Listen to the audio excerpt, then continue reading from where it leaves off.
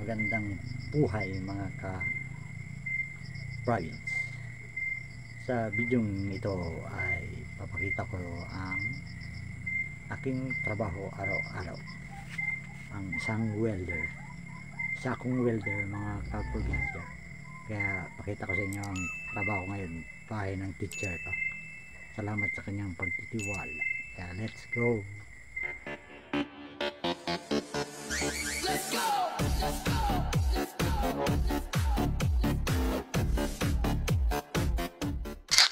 Ito na nga yun mga ka-province. Ito ang ginawa kong bahay. Bahay ng isang teacher. Streamline siya. At cladding ang ilalagay na dingding. Tapos double walling siya. Pallets lang ang ginamit ko mga ka-province. Yan siya.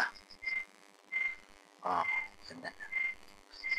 Susunod kong video ay papakita ko ang finish na lagyan na ng cladding. Ayan po siya mga ka-province. Ayan po ang buong bahay. Salamat po sa panonood mga ka-province.